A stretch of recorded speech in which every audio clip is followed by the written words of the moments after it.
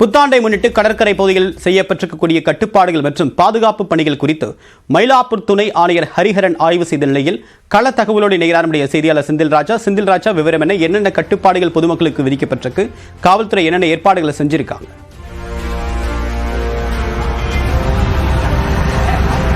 தேவப்பிரியன், புத்தாண்டை முன்னிட்டு கடற்கரை பகுதியில் கடுமையான கட்டுப்பாடுகளை காவல்துறை சார்பில் விதிக்கப்பட்டிருக்கிறது. குறிப்பாக இந்த புத்தாண்டு என்றாலே சென்னையில் இருக்கக்கூடிய ஏராளமான இளைஞர்களும் பொதுமக்களும் தங்களுடைய கொண்டாட்டங்களை இந்த கடற்கரையில் நிகழ்த்துவது வழக்கமான ஒரு விஷயம். அதன் காரணமாக இங்கு பல்வேறு வகையில் இந்த கட்டுப்பாடுகள் என்பது காவல்துறை சார்பில் விதிக்கப்பட்டிருக்கிறது. குறிப்பாக கடந்த சில ஆண்டுகளாகவே பார்த்தீர்கள் என்றால் அந்த புத்தாண்டுக்கு அந்த முதல் நாள், அதாவது டிசம்பர் 31 இரவு முழுவதும் பார்த்தீர்கள் என்றால் இந்த காமராஜர் சாலையில் வாகனங்களை தடை செய்வதை வழக்கமாக வைத்திருக்கிறார்கள். அதே போல கட்டுப்பாடு இந்த முறையும் விதிக்கப்பட்டிருக்கிறது. இன்று இரவு 8 மணியிலிருந்து போர் நினைவிடத்திலிருந்து கலங்கரை விளக்கம் வரை சாலைகள் முழுவதுமாக மூடப்படும், வாகனங்களுக்கு அனுமதி இல்லை என்று தெரிவித்திருக்கிறார்கள். ஏனென்றால் 8 மணியில் இருந்தே அதிக அளவில் இங்கு பொதுமக்களும் இளைஞர்களும் வருவதற்கான வாய்ப்பு இருப்பதன் காரணமாக இந்த ஏற்பாடுகளை செய்திருக்கிறார்கள். அது மட்டும் இல்லாமல் காமராஜர் சாலையில் தடை விதிக்கப்படுவது போலவே கடற்கரை உட்புற சாலையிலும் வாகனங்களுக்கு தடை விதிக்கப்படுகிறது. அந்த தடை என்பது இன்னும் 1 மணி நேரத்தில், அதாவது 7 மணியிலிருந்தே அந்த தடை என்பது விதிக்கப்படுகிறது. ஏற்கனவே வாகனங்கள் அங்கு நிறுத்தியிருந்தாலும் அதை எடுத்து செல்ல வேண்டும் என்று உத்தரவு பிறப்பிக்கப்பட்டு வருகிறது. பொதுமக்களுக்கு அறிவுரை வழங்கப்பட்டு வருகிறது.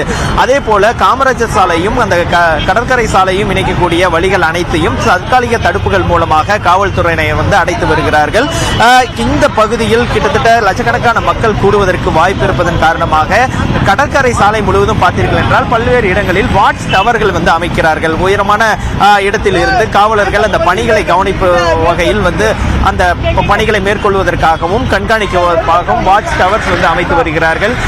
இந்த இடத்தில் பார்த்தீர்கள்னா வாகன அனுமதி நிறுத்தப்படுவதன் காரணமாக போக்குவரத்து சீராக இருக்கும் என்று எதிர்பார்க்கப்படுகிறது. ஏனென்றால் மாற்று வழியில் அந்த வாகனங்கள் திருப்பி விடப்படுகின்றன. அதே போல் கடற்கரைக்கு வரக்கூடிய மக்கள் தங்களுடைய வாகனங்களை நிறுத்துவதற்கு வசதியாக ஒரு 17 இடங்களில் அந்த வாகன நிறுத்தும் இடங்கள் தேர்வு செய்யப்பட்டு அந்த இடத்தில் தான் வாகனங்கள் நிறுத்த வேண்டும் என்று கூறியிருக்கிறார்கள்.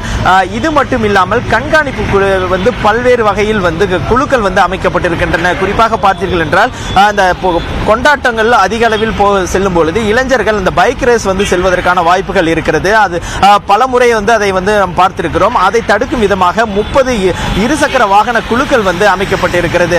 குறிப்பாக இந்த இருசக்கர வாகனத்தில் சென்று அந்த ரேஸ்ல ஈடுபட்டார்கள் என்றால் அவர்களை தடுக்கும் விதமாக இந்த குழுக்கள் அமைக்கப்பட்டிருக்கின்றன. அது மட்டும் இல்லாமல் சென்னை நகரம் முழுவதும் 425 இடங்களில் சோதனை சாவடிகள் அமைக்கிறார்கள்.